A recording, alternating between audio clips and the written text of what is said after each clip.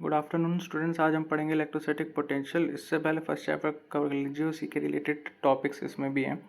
तो सबसे पहले आता है इलेक्ट्रोस्टैटिक पोटेंशियल, जिसकी डेफिनेशन ये हो जाती है work equals to force into displacement. ठीक है, तो पोटेंशियल की डेफिनेशन ये होती है वर्क डन। तो उसकी वजह से इसका फॉर्मूला जो है वो आता है Q/R। ठीक है, तो अब K का यहाँ आप कहेंगे तो 4πε को K ही कहते हैं। तो ये याद रख लीजिए कि ये इसका फॉर्मूला है। अब नेक्स्ट आता है potential due to an electric dipole. तो अगर आपका डाइपोल है, डाइपोल आप मैंने बोला ना फर्स्ट चैप्टर पढ़ लीजिए, उसी में ये रहा डाइपोल। डाइपोल का मतलब होता है दो चार्ज, एक नेगेटिव पॉजिटिव, और दोनों का सेम कैपेसिटी हो, सेम मैग्नीट्यूड हो। तो अगर पोटेंशियल आपको डाइपोल के निकालना है तो ये फॉर्मूला बन जाता है KP cos θ/r²। ये रहा। बार बार मैं K बोल रहा हूँ, आप चाहें तो ये भी बोल सकते हैं 1/4πε, या ऐसे शॉर्ट फॉर्म में K बोल सकते हैं। अच्छा, इक्वेटोरियल रीजन में जीरो हो जाता है डाइपोल। इक्वेटोरियल रीजन बताऊँ क्या होता है? ये नेगेटिव है चार्ज, ये पॉजिटिव चार्ज है। इस पॉइंट को जिससे ट्रायंगल बन जाए उसे इक्वेटोरियल कहते हैं। तो यहाँ पे तो जीरो होता है, तो यहाँ का फॉर्मूला जानने की जरूरत ही नहीं। ये जो ऊपर फॉर्मूला आपने पढ़ा है वो पढ़ा है इस पॉइंट का, एक्सिस का। ये एक्सिस होती है ना, एक्स एक्सिस पूरी। ठीक है, potential due to a system of charges. तो बहुत सारे चार्जेस है तो उनका पोटेंशियल क्या होगा? ये तो बहुत ऑब्वियस सा क्वेश्चन है, सबके पोटेंशियल प्लस कर दीजिए। ठीक है, उसके बाद आता है इक्विपोटेंशियल सरफेसेस। इक्विपोटेंशियल सरफेसेस क्या होता है? ऐसे सरफेस जहाँ पे पोटेंशियल इक्वल हो।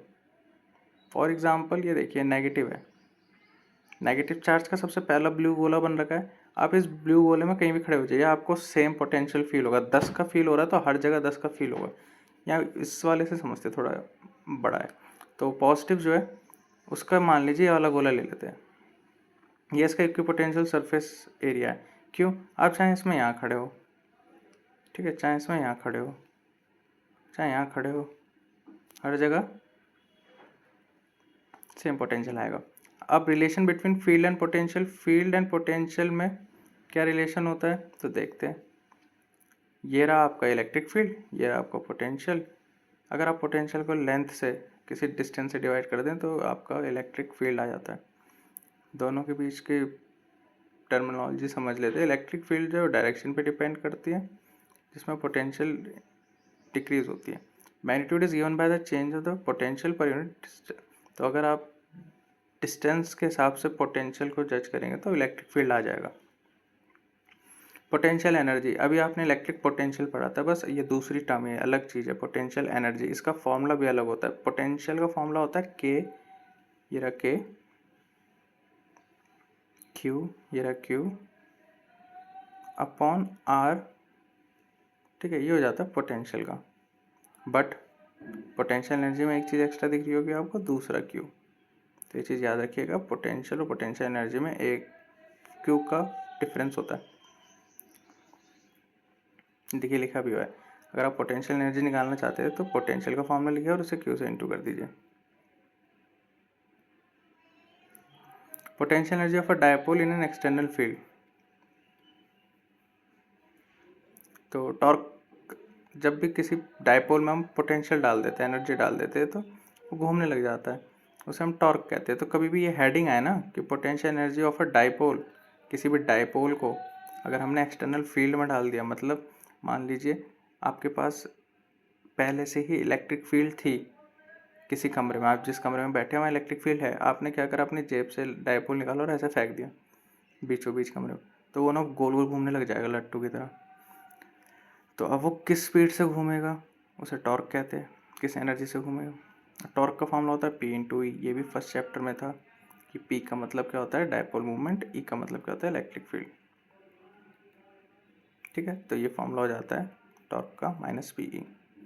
इलेक्ट्रोस्टैटिक्स ऑफ कंडक्टर, ये MCQ में आता है, इतना मेजर नंबर का नहीं है, बट एक नंबर है तो इनफ है। इलेक्ट्रोस्टैटिक ऑफ कंडक्टर के बारे में आपको कुछ कुछ चीज़ें पता होनी चाहिए कंडक्टर के बारे में, कि कंडक्टर के अंदर आपको कभी करंट नहीं लगेगा। ठीक है, क्योंकि वहाँ फील्ड जीरो होती है।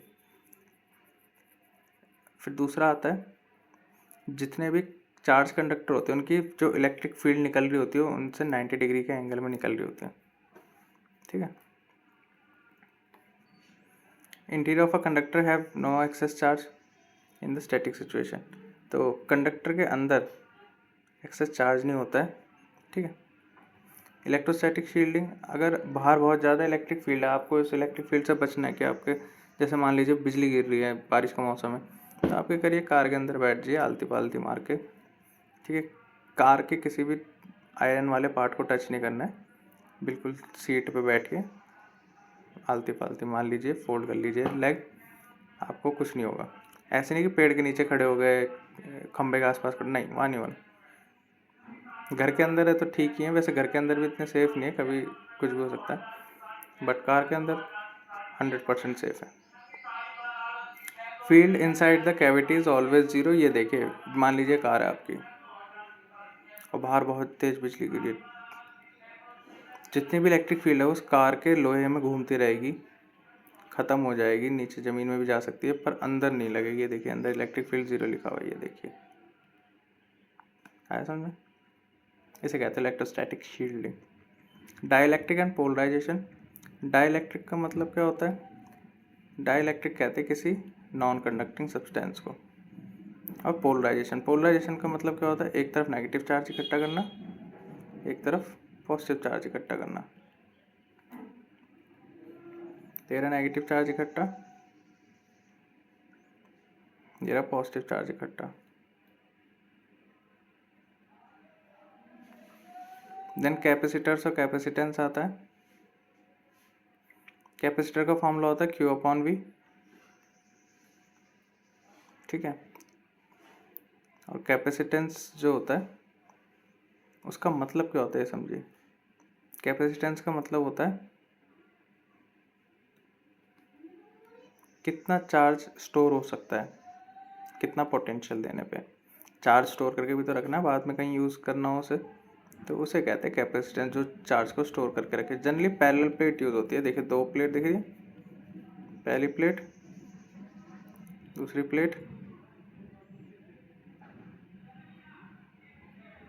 इसे कहते हैं पैरेलल प्लेट कैपेसिटर।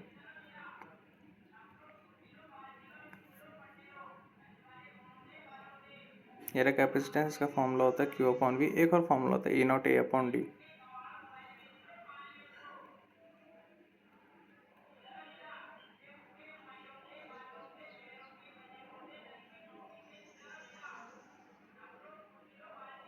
अब मान लीजिए आपने अगर कैपेसिटेंस में डाइलेक्ट्रिक डाल दिया, मतलब ये आपके कैपेसिटर थे, इसके बीच में आपने कुछ नॉन कंडक्टिंग चीज़ डाल दी जिसकी वैल्यू K है, कांस्टेंट, डाइलेक्ट्रिक कांस्टेंट जिसका K है।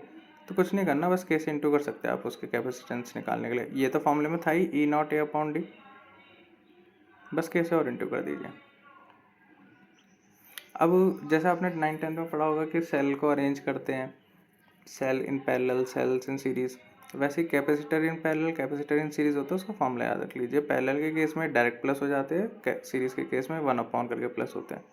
फिर आखिरी टॉपिक आता है कि कैपेसिटर के अंदर जो एनर्जी स्टोर होती है उसका क्या फॉर्मूला होगा। तो उसका फॉर्मूला 3 फॉर्मूले जाते हैं, Q square upon 2C। Q मतलब चार्ज, C मतलब कैपेसिटेंस, C मतलब कैपेसिटेंस, V मतलब वोल्टेज, ये दूसरा फॉर्मूला हो गया। और तीसरा फॉर्मूला हाफ QV, Q मतलब चार्ज, V मतलब वोल्टेज।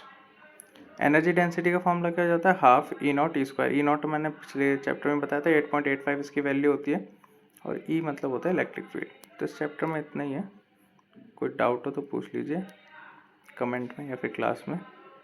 Thank you.